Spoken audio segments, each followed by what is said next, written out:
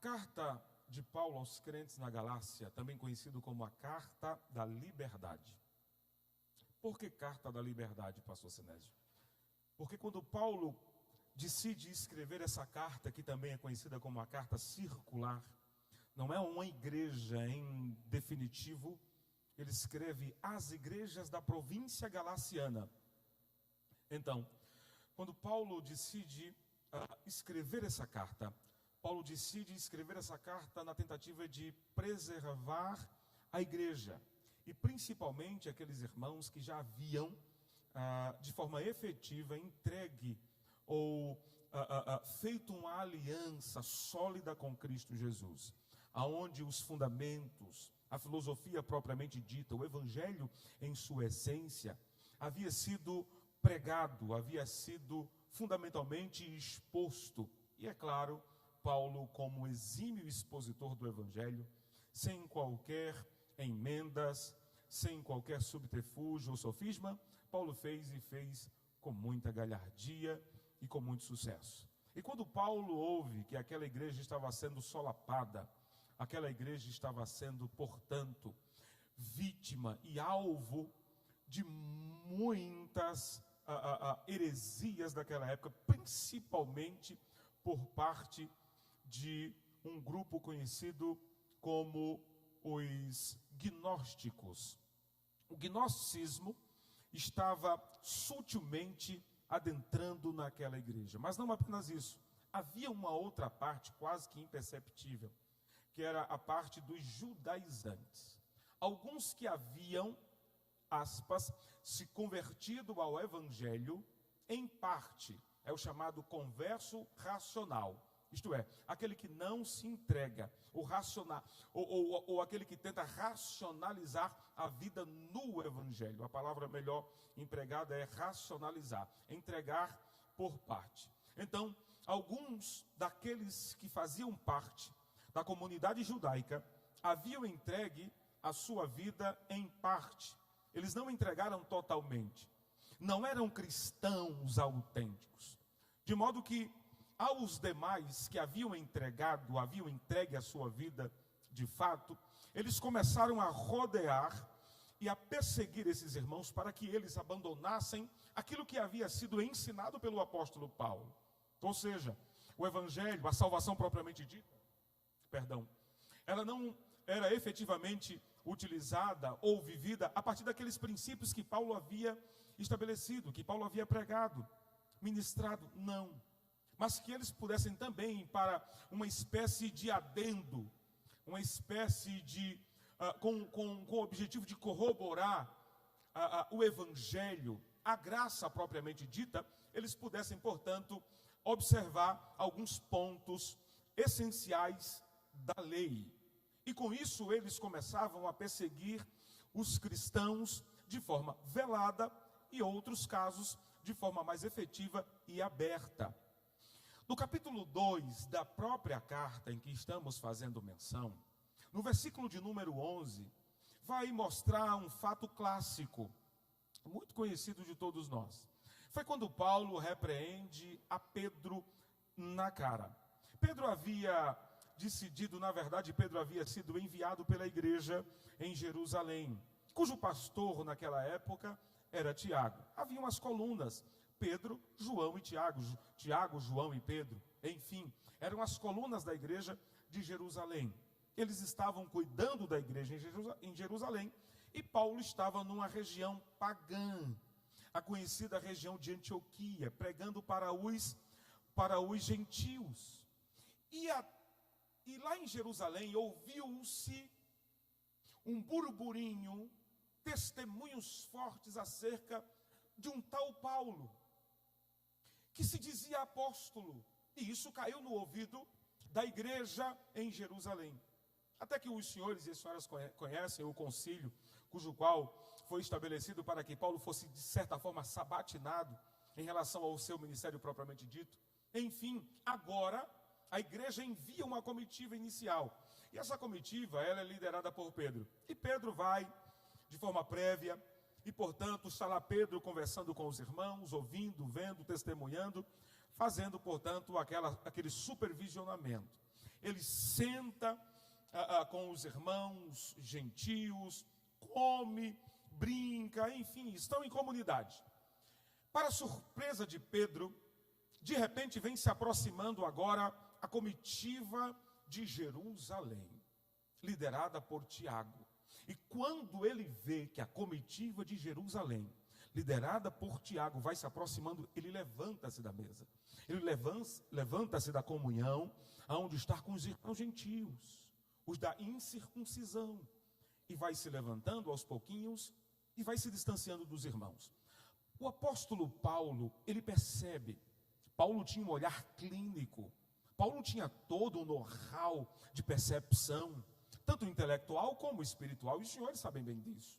E quando Pedro está tomando essa atitude um tanto quanto reprovável, Paulo olha para ele com o dedo em riste na cara, literalmente na cara, e com voz alta. O texto grego remete para uma força, uma tenacidade na voz, e um princípio de querela, um princípio de discussão. Paulo põe o dedo na cara de Pedro em riste e diz, em outras palavras, quem lhe ensinou a se comportar dessa forma?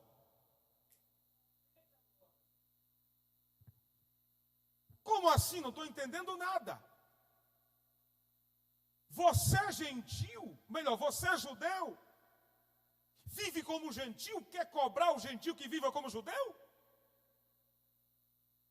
A propósito, quantos caminhos tem? Em outras palavras, Paulo queria dizer, o Isbe diz que Paulo queria dizer mais ou menos isso. Quantos caminhos devemos seguir? O caminho da circuncisão, o caminho da incircuncisão ou o caminho de Cristo? Porque nem a circuncisão, nem a incircuncisão são coisa alguma. O que é, na verdade, é a cruz de Cristo Jesus. Não são as marcas externas, são as marcas indeléveis. E estas marcas indeléveis são internas. Muito embora Paulo venha falar da marca externa, mas a marca externa de Paulo nada mais era do que a expressão de marcas internas. Que ninguém se submete a viver uma vida limitada neste mundo. Ninguém se submete a viver uma vida de restrições neste mundo. Uma vida de observação, portanto que lhe limite a ação, se ele não tiver em sua mente bem apregoada, bem marcada, a proposta real e insofismável do Evangelho de Cristo Jesus. Eu vou repetir, se ele não tiver essas marcas bem cravadas no seu coração, qualquer marca externa é mera especulação. É mero teatro, é mera presunção, impressionismo. A propósito, hoje estamos vivendo na era da impressão. O Evangelho já não é mais exposto, já não há mais exposição. Nos dias atuais estamos vendo exibição. Eu escrevi um texto outro dia, arauto versus orador. O arauto, queriço, é aquele que se preocupa em expor com fidelidade a lei do Senhor, o registro fiel do rei. O arauto, via de regra, nunca se preocupou com o que o povo iria pensar do que ele iria falar. Nunca. A preocupação do arauto era passar de forma fidedigna a lei, o edito do rei. Se ele conseguisse passar de voz alta, como o verdadeiro querigma, o queriço, ele passava de forma audível a voz do rei, amplificada na sua, de modo que causava às vezes desconforto, mas, parêntese aberto, o Evangelho de Cristo Jesus seu ponto fundamental, ou seus pontos, existem diversos pontos. Entretanto, 2 fundamentais que o resumem. A pregação do Evangelho, ela tem 2 pontos fundamentais que a resume. Quais são, pastor Sinésio? Tome nota. Primeiro ponto, confronto. Diga comigo, confronto. Segundo ponto, conforto. Essa regra é invariável. É exatamente nessa sequência. Confronto e conforto. Por quê, pastor? O Evangelho, em primeiro lugar, confronta o pecador denunciando o pecado. E em segundo lugar, conforta o pecador anunciando a graça. Eu vou repetir. O Evangelho que confronta é o Evangelho que conforta. Mas o Evangelho que conforta jamais confrontará.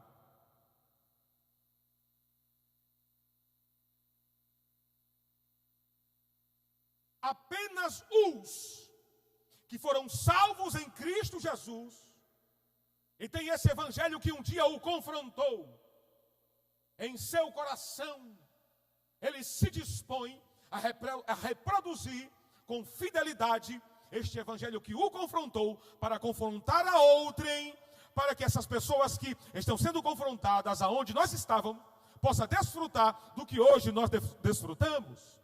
E apenas o Evangelho da graça de Cristo Jesus tem este teor de transformação. O Evangelho, ele não é um instrumento de transformação parcial. Eu vou repetir. O Evangelho não é um instrumento de transformação parcial. Ou, em outras palavras, o Evangelho não adestra ninguém. Eu vou repetir. O Evangelho não adestra ninguém. O que esses homens aqui, meu querido pastor Boanerges, estão querendo é colocar, incutir no Evangelho meios, rotas, alternativas para melhorar o Evangelho. Nada e ninguém, coisa alguma desta vida pode melhorar aquilo que é especial de Deus. Eu vou repetir, nada e ninguém nesta vida pode melhorar aquilo que é especial de Deus, extraordinário de Deus. Veio de Deus para o homem, portanto não precisa de nenhuma mudança. Ele é o Evangelho e que tem que ser vivido na sua íntegra e de forma cabal. Só que eles começaram a viver uma vida dúbia. Por quê, pastor? Porque viver este Evangelho demandava compromisso. E principalmente expunha a vida a quem? A Roma e ao alto clero judeu. Em primeiro lugar, a Roma. Eles tinham medo de Roma. Em segundo lugar, tinham medo do clero judeu.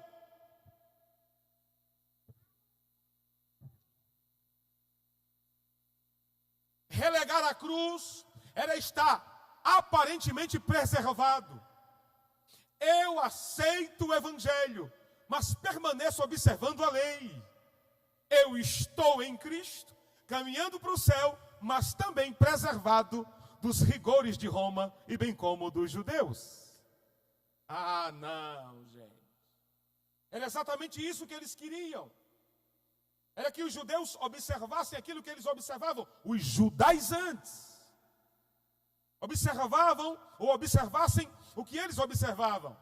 Entretanto, Paulo, quando ouve isso, Paulo vem com muita veemência. E no capítulo 5, um capítulo anterior, deste capítulo em que estamos fazendo menção, Paulo, ele faz uma referência extraordinária no versículo 1. Ele diz: para a liberdade foi que Cristo vos libertou. Diga comigo gentilmente: eu sou livre. Agora repita com força: eu sou livre. A despeito da dor, em detrimento à perseguição, apesar das lutas, eu permaneço livre. A propósito, eu não fui convidado, muito menos vocacionado para uma colônia de férias deste mundo. Eu não vim aqui para um turismo, eu vim aqui para uma missão. E a minha missão é propagar o Evangelho. É propagar o Evangelho que, a propósito, é poder de Deus. é poder de Deus e salvação a todo aquele que nele crê. Não existe rotas alternativas para o céu. Para o céu, em primeiro lugar, é reconhecimento de culpa. Em segundo lugar, confissão de pecado. Em terceiro lugar, abandono do mesmo. Vamos lá, vamos repetir. A tríade da metanoia, a tríade do verdadeiro arrependimento. Reconhecimento de culpa, confissão da mesma e abandono da mesma. Reconhecer, confessar e abandonar. Se não houver essa tríade na vida do cristão, portanto ele nunca nasceu de novo.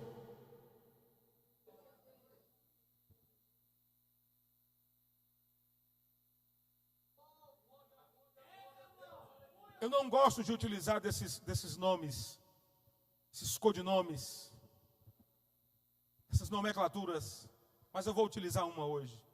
Esse evangelhozinho Nutella, que massageia o ego, esse evangelhozinho que faz cócegas, esse evangelho do mimimi, esse evangelho que faz o povo rir. Olhe bem para cá, John MacArthur escrevendo o seu livro, O Caminho da Felicidade, quando ele chega na parte, bem-aventurados que choram, ele diz: nós, seres humanos, estamos num período de sorriso, estamos num período de grandes gargalhadas, quando deveríamos estar chorando. Ah, gente.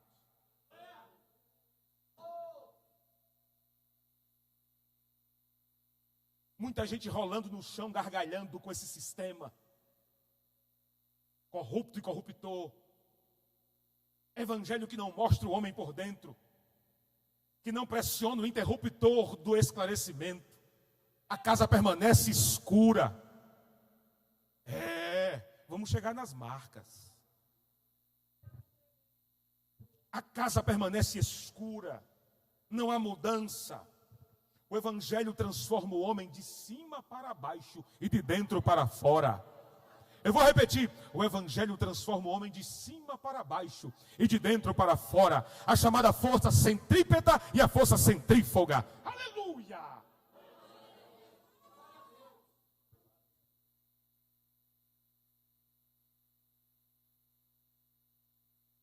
Por onde tenho passado, eu tenho convidado a igreja do Senhor a ser uma igreja seletiva, a verificarem com cuidado aquilo que está sendo posto na mesa para comer. Não comam todo tipo de alimento. Eu vou repetir: não comam todo tipo de alimento. É tempo de revermos os nossos conceitos. Esse evangelho midiático tem causado dor de cabeça aos pastores. Digo como tal, sou pastor de igreja.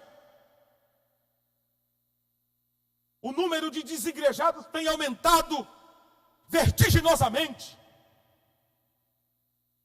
Muitas pessoas estão abandonando os marcos antigos, os pilares, os princípios, pelos preceitos e a sedução deste evangelho Nutella, me perdoe a expressão. Um evangelho que não mostra quem eu sou. Um evangelho que não consegue me mostrar a minha nudez interna. Aí vivo em busca dos cosméticos existenciais, como diz o Dr. Hernandes Dias Lopes, para então cobrir a minha vida com esses cosméticos do mundo, com esses faz de conta, vivendo uma vida superficial. Não tem uma vida próspera. Prosperidade não se resume em dinheiro. Aleluia. Prosperidade fala de comunhão com Deus, sobretudo vertical. Prosperidade fala de comunhão na horizontal, com o meu pastor e meus irmãos. Uma igreja próspera é uma igreja que vive em comunhão com Deus e uma comunhão entre os irmãos.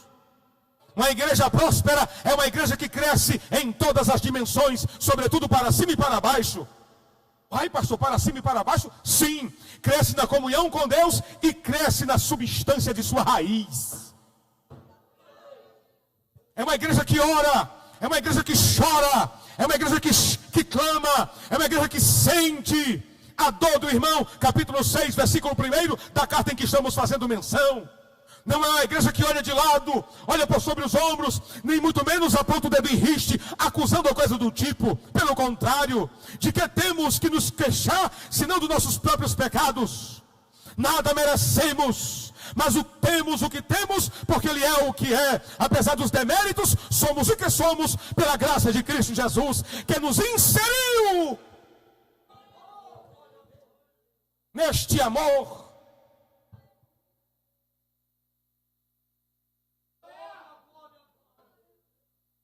Leonard Ravenhill, antes de sua morte, ele pregando para a Igreja da América, alguém disse: Reverendo Leonard, a América precisa de um avivamento. A América precisa de Deus. Ele voltou-se para os seus pares e disse: não, a América não precisa de Deus. Quem precisa de Deus é a Igreja da América. Ei, gente. A Igreja da América havia entrado no esfriamento. Hoje vocês veem como é que está a América. A América que foi berço de avivamento. A Europa que foi berço de avivamento. Permitiu que o sofisma entrasse. Permitiu que a falácia entrasse. Permitiu que a evadeninha entrasse. Que o fermento levedasse. Permitiu, abriu, deu legalidade. E não é diferente no nosso país. O Brasil está a cada dia mais importando este mal que calou, aspas, porque ninguém consegue calar a voz do Espírito Santo, mas que calou a ação do avivamento. Avivamento ninguém pode, olhe bem para cá, ninguém pode catalogar a data de um avivamento, mas nós devemos orar incessantemente para que ele aconteça. Mas como, pastor Sinésio? Mas como, pastor Sinésio? Se estamos nos misturando, as marcas definem quem eu sou. Paulo conclui a sua carta dizendo: não me moleste, não me importune, não me venha com essas coisinhas pequenas. Eu já tenho marcas. Olha que coisa linda. Vocês estão buscando prepúcios para no final do mês dizer: eu cortei tantos prepúcios, eu estou preservado da perseguição e tenho ainda mais os aloés de Roma e de Judá e da Judéia por completo. Glória a Jesus. Eles se vangloriavam no número de prepúcio que cortavam. E quantos se vangloriam pelo número de adesões, que não são conversões. Eu vou repetir. Hoje, meu querido pastor Boanerges, eita glória, digo eu também. Hoje, nós estamos vendo muitas igrejas inchando.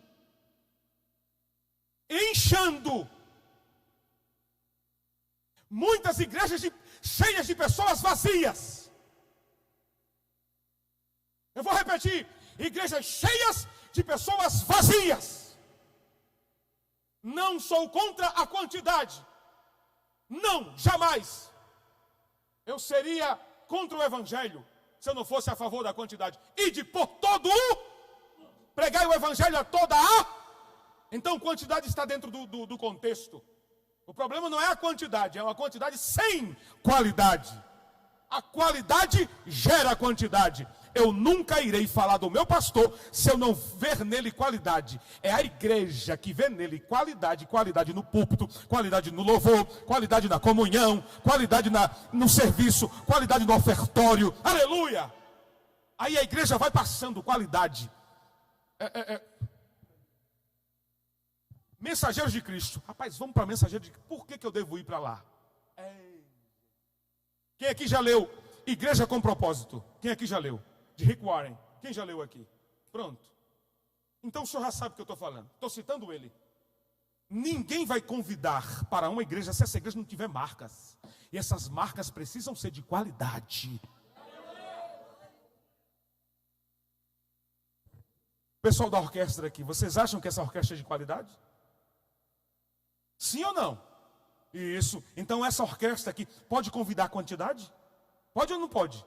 Porque vocês acham e acreditam que na sua igreja tem qualidade suficiente para que a quantidade seja atraída. Então, isso é o princípio. Eu tenho que gerar qualidade no discípulo para que eu gere quantidade de discípulos. Eu vou repetir. Eu tenho que gerar qualidade no discípulo para gerar quantidade de discípulos. E em nome de Jesus, este tema tem tudo a ver. A propósito, parabéns, Levison, pelo tema. Marcados. As marcas de Cristo está nas nossas vidas. E alguém que é marcado, ele vive de forma diferente e antagônica deste mundo. Vive na contramão do sistema.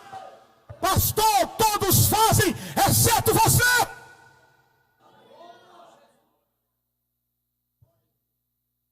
Pastor, todos vão, exceto você.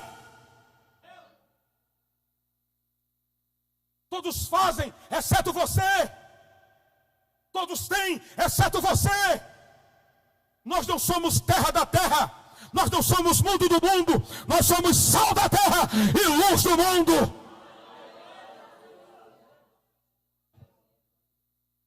Gentilmente, prometo não fazer um culto aeróbico, mas pegue na mão do seu irmão, por favor. Gentilmente. E declare para ele: as marcas são essenciais.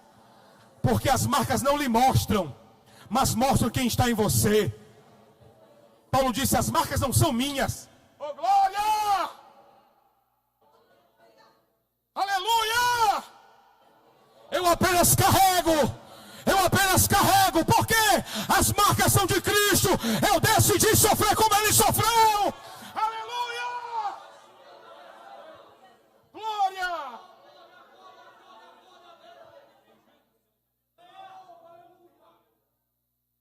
Ah, mas a cultura sofista acaba com isso. Não existe pleroma.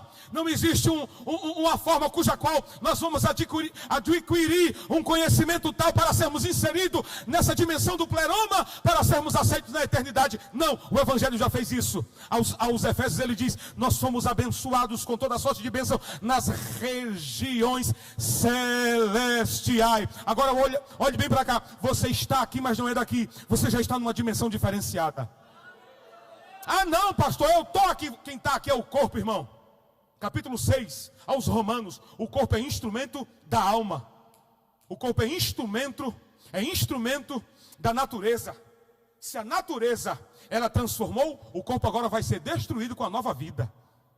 Watchman, escrevendo sobre a cruz, ele declara: a natureza não está morta, ela está crucificada. Portanto, não a subestime. É forte também, digo eu. A natureza não está morta, ela está crucificada. Por isso que alguns irmãos, uma vez chegou no meu gabinete, um irmão chorando: pastor, estou com um problema sério. Isso que foi que houve, minha filha? Eu estava orando, de repente, um pensamento impuro veio. Eu digo: ai Jesus, não estou salva. Eu digo: então não estou salvo também não. Ela olhou para mim e disse: ai pastor, você tem alguns pensamentos impuros que vêm na sua mente. Eu digo: minha filha,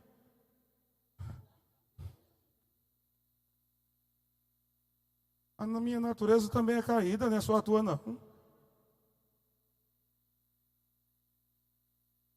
Aí Paulo olha para Jesus e diz assim: Senhor, tira de mim esse espinho, esse mensageiro de Satanás me esbofeteando. Tiro não. E por que o senhor não vai tirar? É porque você reconhece a sua fraqueza quando ele age. Tome! O texto na sua essência quer dizer exatamente isso. Paulo: meu poder aperfeiçoa-se na fraqueza de quem reconhece que não consegue subsistir sozinho. Por isso que é o princípio de entrar no reino, é ser pobre de espírito, pitecoas. Isso é dependente exclusivamente de Deus. Aleluia!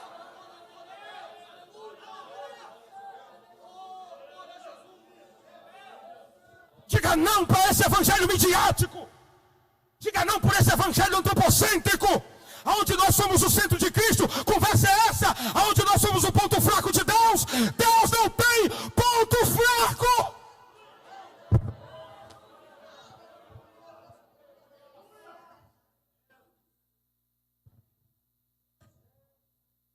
Quando esses midiáticos aí, esses evangelistas, da internet, quando fala essas bobagens, parece que eu vejo Paulo se revirando no túmulo.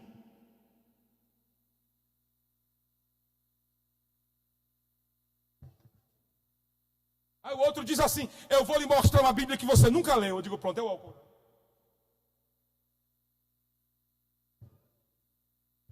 Não para por aí não. Aí vem o outro e diz assim: você leu todo o tempo que a Bíblia não tem erros, né? Não, isso é conversa fiada, a Bíblia tem erros sim.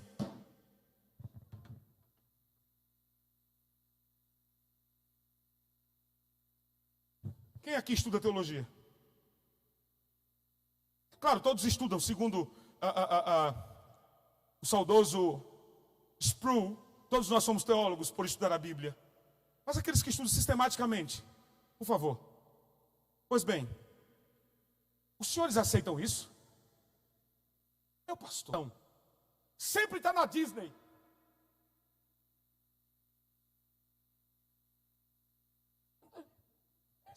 Isso no Evangelho, chamado Evangelho Cristo é da onda.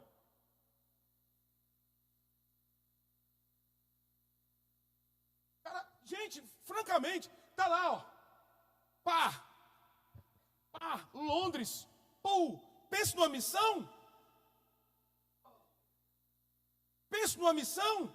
Aonde estão as marcas? As marcas estão daqueles que querem viver o Evangelho pio.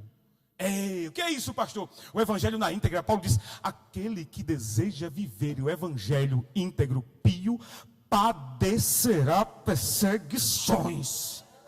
Olhe para o irmão e diga assim para ele: está chorando? Está sofrendo? Está no caminho, né, bichinho? Parabéns! Parabéns! Está no caminho, né, bichinho?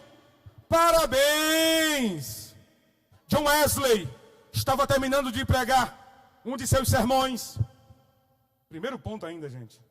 John Wesley estava terminando de pregar um dos seus sermões. Ele desce do cavalo, senta e fica triste. Começa a chorar, pastor. E ele chora copiosamente. Chora. Aí diz: Senhor, me perdoe.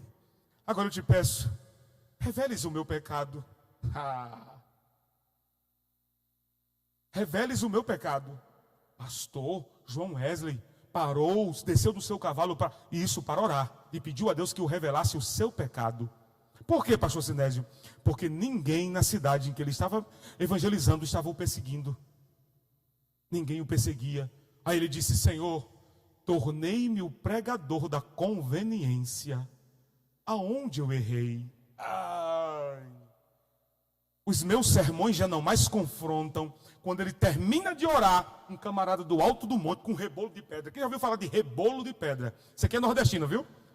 É ou não é? O rebolo de pedra. Pega uma pedra, pastor Bonatti.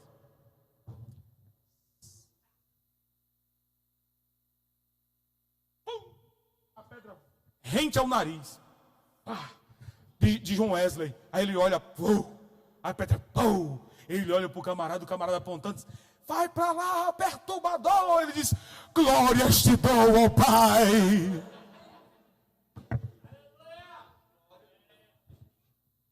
Porque o teu evangelho está confrontando. Aleluia. O evangelho que confronta é o evangelho que tira a sociedade do seu eixo. E a nossa sociedade precisa sair do seu eixo. Aleluia. Como, pastor? Em confronto. Que Deus sopre o vento da tempestade, que tire a sociedade do seu conforto e do seu conformismo. Por quê, pastor? Porque a despeito desse conformismo, a igreja também está conformada. Enquanto a sociedade estiver confortada, é porque a igreja está dormindo. Meu Deus, digo eu também. Muitas pessoas dizem assim: pastor, estamos orando por avivamento. Você sabe o que é avivamento? Trazer a vida, reviver. Você sabe o que é isso? O retorno a Deus, retorno à sua palavra. Avivamento é composto de reconhecimento de pecado, confissão e abandono, e comunhão com Deus. Sabe o que é que vai acontecer? Primeiro, igreja, o povo vai procurar o pastor marcados por este avivamento e confessar pecado. confessar pecado e dizer assim: hoje eu quero me batizar. Passei anos correndo do batismo, mas por que não vai correr mais? Eu preciso de Deus urgentemente. Isso é avivamento. Vão procurar, vão no gabinete, vai encher o gabinete do pastor, o povo confessando pecado. E depois de confessar o pecado, vão encher as ruas, pregando de casa em casa, confrontando na faculdade. É o professor dizendo que não, e ele dizendo: pastor, professor, acredita o senhor? Não, Jesus vai voltar. Aleluia! Acredite o Senhor ou não, o evangelho é real, eu vou morar na eternidade, aleluia, vou morar no céu. Por que vai? Porque sou marcado por quem? Marcado por Cristo Jesus.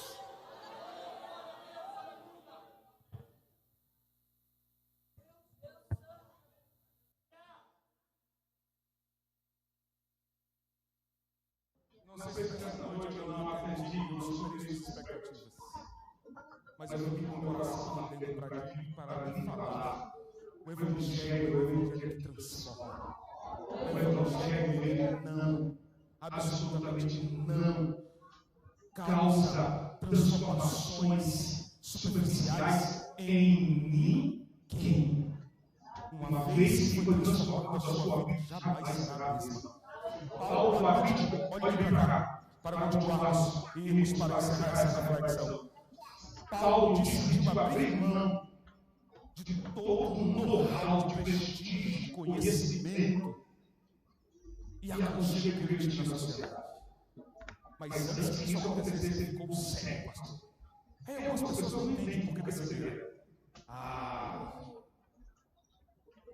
A visão de Paulo é uma visão superficial e meramente secular, humana. Quando ele fica cego, ele olha para si, ele começa a se ver por dentro, pastor. A visão da cegueira por fora foi a mesma luz que gerou por dentro. A luz por fora o cegou, mas por dentro mostrou que ele era.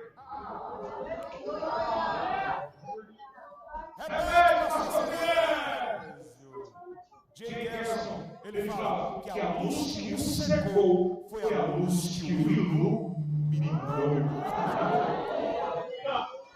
É um confronto e um conforto. A luz que o cegou foi a luz que o esclareceu. Ele cai cego e diz: quem é Senhor? Eu sou Jesus, a quem tu persegues. Uma coisa é para ti recalcitrar, resistir os aguilhões. Você sabe que aguilhões, aqueles ferros, futuros bois. Era Deus falando assim: Paulo, tome ele resistindo. E tome aquele lado resistindo. Ele tome até que ele então se encurva de joelhos e rende-se ao Evangelho. E a sua vida nunca mais foi a mesma. No capítulo 2 ele declara: por agora em diante, melhor. No capítulo 6 ele declara: de agora em diante, não me importunes mais, porque eu carrego no meu corpo as marcas de Cristo. No capítulo 2 ele diz: não mais vivo eu, mas Cristo vive em mim. Ele diz aos Coríntios: eu poderia vos falar de tantas coisas. Para isso ele foi muito bem preparado secularmente. Poderia falar de qualquer assunto: medicina, ciência, metafísica. Ele falaria de qualquer assunto. Ele disse: mas eu decidi vos falar o Evangelho, a Cristo, a cruz. Aleluia. Portanto, marcados pela cruz, ele não negou o assunto a falar, senão a cruz de Cristo. Seja conhecido na igreja como pregador da cruz de Cristo. Seja conhecido na escola como uma pregadora da cruz de Cristo. Seja conhecido no seu trabalho como alguém que carrega as marcas da cruz de Cristo sobre a sua vida. Nós somos os detentores da cruz de Cristo. Nós somos aqueles que carregam, aleluia, as marcas de Cristo na vida. Se prepare para revolucionar a sua casa. Se prepare para revolucionar o seu trabalho. Se prepare para revolucionar a sua escola. Se prepare para revolucionar a faculdade. Se prepare para revolucionar a educação pública e privada. Por que, pastor? Porque a partir de hoje você vai demonstrar marcas.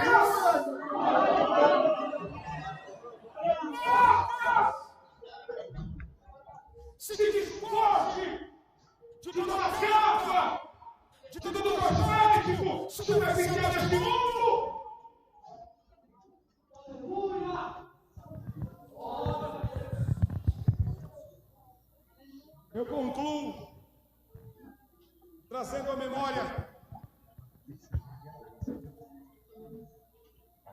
confissão de um jovem de aproximadamente 16 a 18 anos. Pode baixar mais. Numa terra longínqua, estava como desterrado. Primeiro, longe do templo. Segundo, longe da família. Terceiro, longe da sua pátria. O jovem diz: eu propus em meu coração em não contaminar-me com os manjares do rei e com a bebida que é posta sobre a sua mesa. Eu vou repetir: eu propus em meu coração não me contaminar com os manjares do rei e nem com a bebida que é posta sobre a mesa do mesmo. O nome dele é Daniel. Tornou-se primeiro-ministro de 3 reinados, quase 4. Olhe bem para cá. Ele disse: não bebo e não como. Teste a gente, prove. 10 dias depois, estava um jovem bonito, mais do que todos os demais. Por quê? Ele disse: eu tenho marcas. Em outras palavras, eu tenho marcas. Enquanto vocês quiserem me mudar superficialmente, pode me mudar. Eu me alisto, eu me inscrevo na faculdade da Caldeia, a melhor faculdade do mundo antigo naquela época. Podem mudar meu nome, pode colocar o nome de deuses pagãos para tentar entrar na minha mente. Pode colocar meu nome como de Belsazar, só que tem um detalhe: o meu interior é inegociável. Não, eu venho. Ah, vocês querem que eu... Vem, fulano, vou. Mas não vá como um deles. Vá como um marcado. Oh, glória! Eu vou repetir. Nós não temos problema em estar em grupos que são rejeitados pela sociedade. Mesmo porque é a nossa missão estar no meio deles, fazendo a diferença. Como luz. Você tem que ir para o mundo como marcado, carregando consigo, aleluia, como um bom condutor da arca, Cristo Jesus na sua vida. Como disse Paulo, Cristo em nós, a esperança da glória. Eu vou repetir: Cristo em nós, a esperança da glória. Se você não for para marcar com a marca que você foi marcado, você vai ser marcado de outra forma. Se você não for para marcar, você vai ser marcado. Eu vou repetir: se você não for para marcar, você vai ser marcado. Então nem tente. Nem tente. 3 imperativos de Cristo no Novo Testamento, muito esse: vinde, ficai e vinde. Vinde, corte o eu. Vem. Opa. Corte o eu. Vem. Aprenda. Ficai. Até que 24 e 49 de Lucas. Aí agora 16, 15. Ide, vinde, fique, seja discipulado, consolide, e agora eu vou vos enviar. Aí no capítulo 1 de Atos ele diz: e eis que vos dou poder ao descer sobre vós o meu Espírito, e sereis testemunhas. Ninguém é batizado por ser. Batismo não é poder qualquer. Não é ser como é que é? Um super-herói da Liga da Justiça. Eu falo línguas. Eu tenho o dom de profecia, eu sou um cara. Não, isso aí é pirotecnia, meu irmão. Isso aí é pirotecnia. Festinha barata. Poder mesmo. Aleluia. Entrar no baixo milipício. É pregar o evangelho, é mudar o dedo de Satanás, bater em retirada, é curar em nome de Jesus. Isso é poder! Aleluia!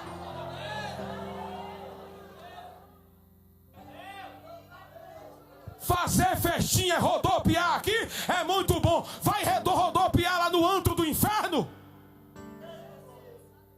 Vai lá onde Jesus disse: e nada vos fará mal algum. Vai pisar em serpentes, sabe o que é isso? E escorpiões, é o mundo resistindo. Serpentes, escorpiões e você lá pisando. Sai, sai, chegou um marcado. Sai em nome de... Chegou um marcado, receba. Se prepare, está chegando o tempo, viu, meu pastor?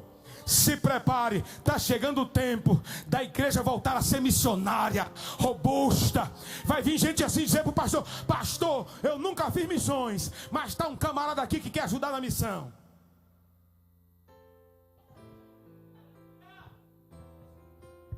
marcas que estão se estrupiando com o tempo. Marcas que são marcas removíveis. Manchazinhas. O entendimento da marca aqui é tipo uma tatuagem. Só que não é uma tatuagem superficial. Paulo utiliza o termo tatuagem aqui.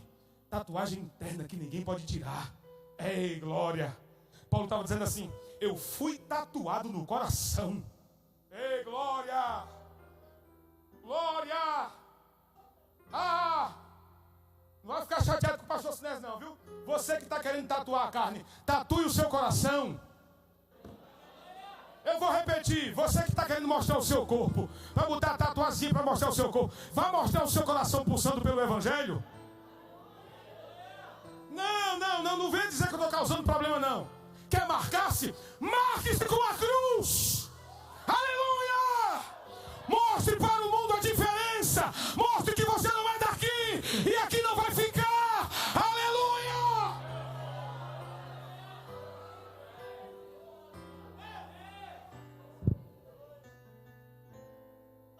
Já pensou o pastor Sinésio aparecendo com a tatuagem bem grande?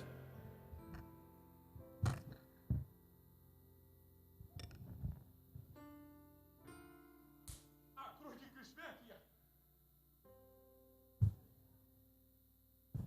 O pastor Sinésio agora é da onda. Pensa no testemunho que o pastor Sinésio está dando. Alguém me perguntou: pastor, onde é que está o pecado na tatuagem? Está no seu coração. Como assim, pastor Sinésio? Porque um coração que é marcado não precisa de outras marcas.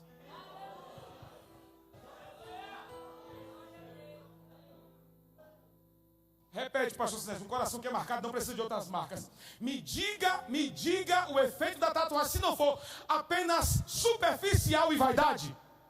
Levante-se e me diga. Ah não, pastor, não é não. É apenas vaidade. É exibicionismo. Não me tem outra razão. É exibir corpo. Quer mostrar tatuagem? Faça como Paulo. Eu fui apedrejado em Listra. Aleluia. Fui tido como impostor em Jerusalém. Na ilha de Patmos, o melhor de Malta, quase morri.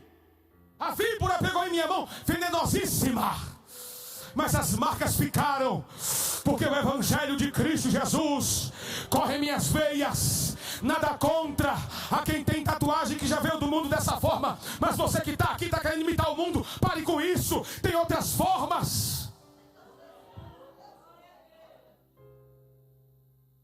Fala, Deus, estão dizendo ali. Então vai estar falando mesmo, minha filha.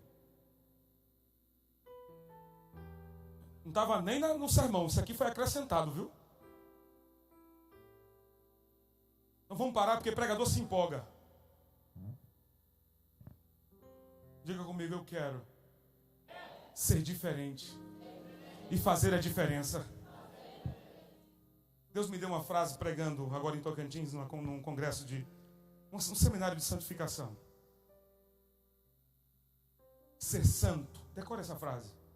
Ser santo não é ser perfeito. Ser santo é ser diferente. Ser santo não é fugir do mundo, mas no mundo fazer a diferença. Eu vou repetir. Ser santo não é ser perfeito. Ser santo é ser diferente. Ser santo não é fugir do mundo. Ser santo é no mundo fazer a diferença. A propósito, o que é que estão dizendo de você no mundo? O que é que estão falando de você lá fora? A Bíblia diz que Eliseu ia e voltava, até que finalmente a mulher olha para o seu esposo e diz: filho, vamos fazer um cantinho de descanso para esse profeta, porque eu vejo, tem de observar, que ele é um santo homem de Deus. Ele falou para alguém que era santo? Ele falou para alguém que era homem de Deus? Não. A sua vida. Quem aqui me acompanha na internet? Quem aqui já... Não? Diga comigo, @ PR Sinésio Filho. Sempre faço lives com temas teológicos. Vez por outra eu estou fazendo. Vai lá no Instagram, @PR Sinésio Filho. Olhe bem para cá. 2 frases. E aqui, de fato, faltam 6 minutinhos. Mas eu vou encerrar agora. 2 frases de alguém que é marcado. De um autor católico, teólogo católico. Olha a frase desse teólogo católico. Quando eu li essa frase há 10 anos passados no seminário, eu disse, meu Deus, eu entendi mal, esse homem está falando coisa com coisa. Vamos lá.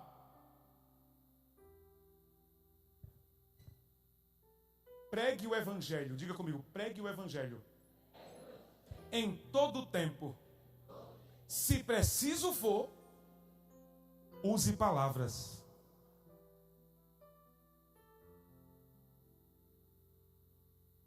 Aqui prega o evangelho sem palavras, hein, Leidson? Vamos para a segunda frase? Cuide de sua vida, dele também. Ela pode ser o único evangelho que as pessoas leiam.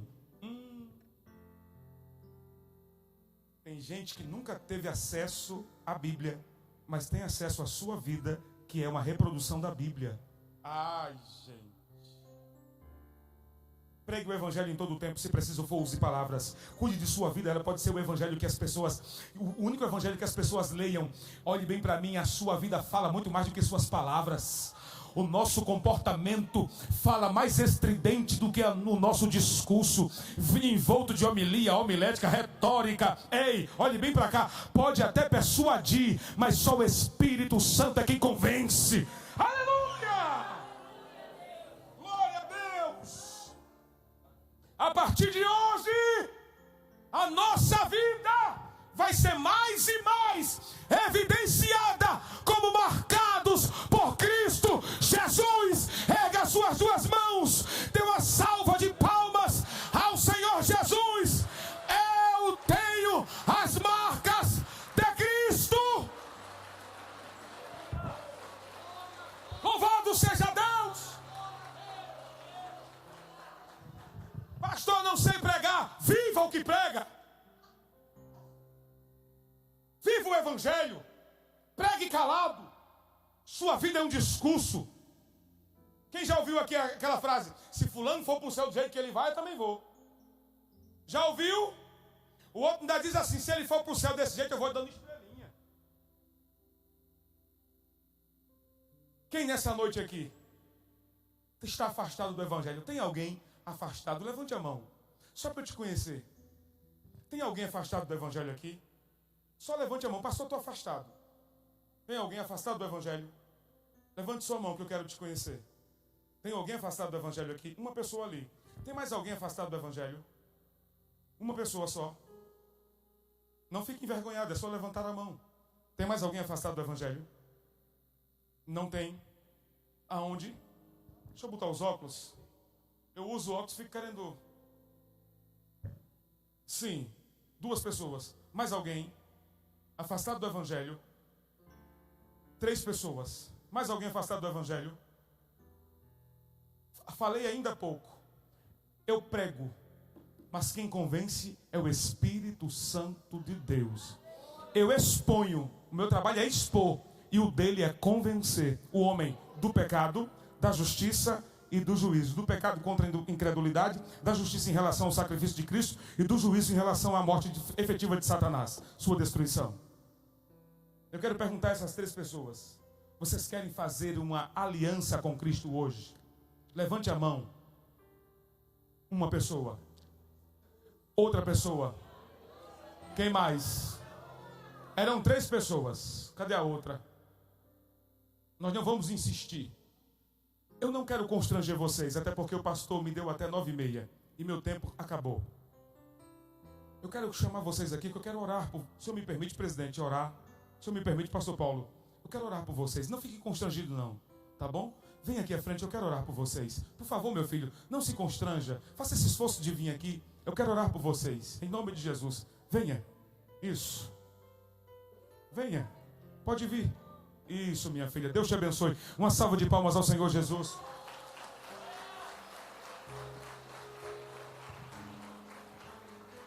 Isso, minha filha. Venha. Seu nome? Natália. Natália, parabéns. Está vendo? A outra pessoa está vindo ali da galeria. Gente, esse é o momento. É o chamado colorário do sermão. É o momento ímpar, o ápice. Que é o lançar das redes. Nós expomos. Aí o Espírito Santo, com a palavra que foi exposta, ele vai convencendo. Foi o que ele fez na Natália. Foi o que ele fez com a nossa querida irmã que está descendo ali agora. São pessoas marcadas que vão sair daqui para marcar. Ei, psiu. São pessoas que estão sendo marcadas e que vão sair daqui para marcar. Em nome de Jesus. Seu nome, minha querida? Daniela. Por favor, venha para cá, Daniela. É porque Daniela é alta. Ela ficou ali para nivelar. Quase que ela está do meu tamanho, olha só. Mais alguém? Se não há, a igreja de pé, por gentileza. 9h30. Se passar um minutinho, meu pastor. Vamos orar por Natália e Daniela, entregando suas vidas a Jesus.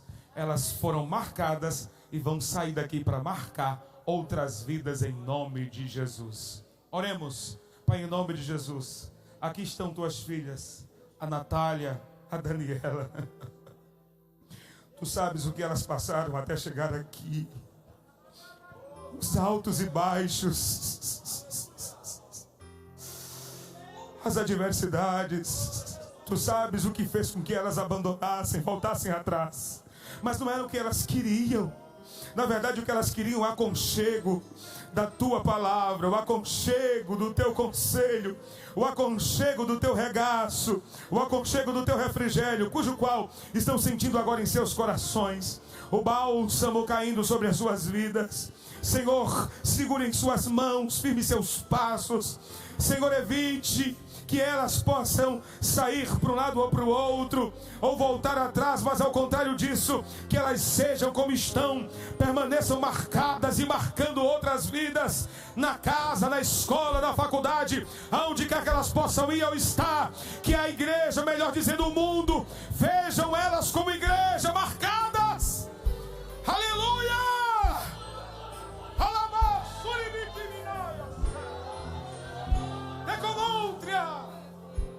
Alaios miete. Deve a séria. Ouçam. Amém. Eu encerro a oração. Olhe para cá, Daniela e Natália. Isso não me acontece com constância. Não. Isso não me acontece com frequência. Enquanto eu orava, ei, que coisa linda, gente. Eu vi um exército. Nossa, pastor Paulo. Eu vi um exército. Isso não me acontece com frequência. Não vai convidar o pastor Sinésio, porque não. Pelo amor de Jesus, viu? Faz isso não. Convida o pastor Sinésio para pregar a palavra. Enquanto eu orava, por trás de vocês, eu vi um exército perfilando. Escute! Ei, glória! Quem faz isso é o evangelho. Um evangelho perfilado atrás de vocês. Ou melhor, um exército. E esse exército era de anjos. Anjos estão apostos, não apenas por essas almas, esperando por outras almas. Olha que coisa interessante. Se prepare, igreja do Senhor, mensageiros de Cristo Jesus, se preparem. Deus vai levantar essa igreja como uma igreja missionária, marcada em nome de Jesus. Recebam de Deus em nome de Jesus nessa noite o ministério da pregação. Recebam em nome de Jesus o ministério da pregação. Vocês irão sair daqui com um desejo ardente de expor o evangelho. Exponham o evangelho, exponham o evangelho, exponham o evangelho. Ei, exponha. Olhe para cá. Pastor Paulo, não vou lhe pedir perdão. Pastor Bonés, não vou pedir perdão.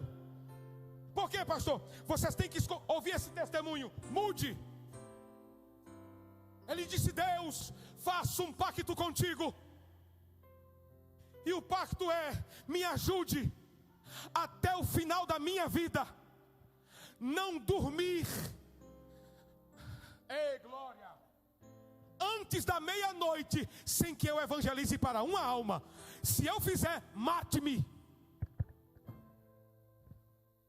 Inverno intenso, ninguém na rua.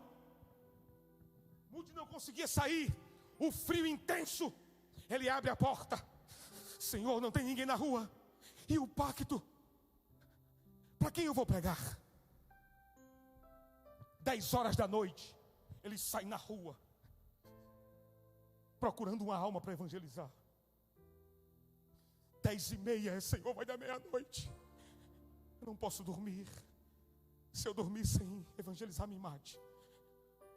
Já sei, correu para a rede ferroviária. Avançado em idade, Moody chega e diz: pronto, o trem está vindo. Vem alma por aí, vou evangelizar. 11 horas, o trem veio, não tinha ninguém. Ele entra no trem, decepcionado, e diz: Senhor, não tem ninguém. 11h20, aí ele disse: ah, tem, o maquinista. Prega o evangelho para o maquinista.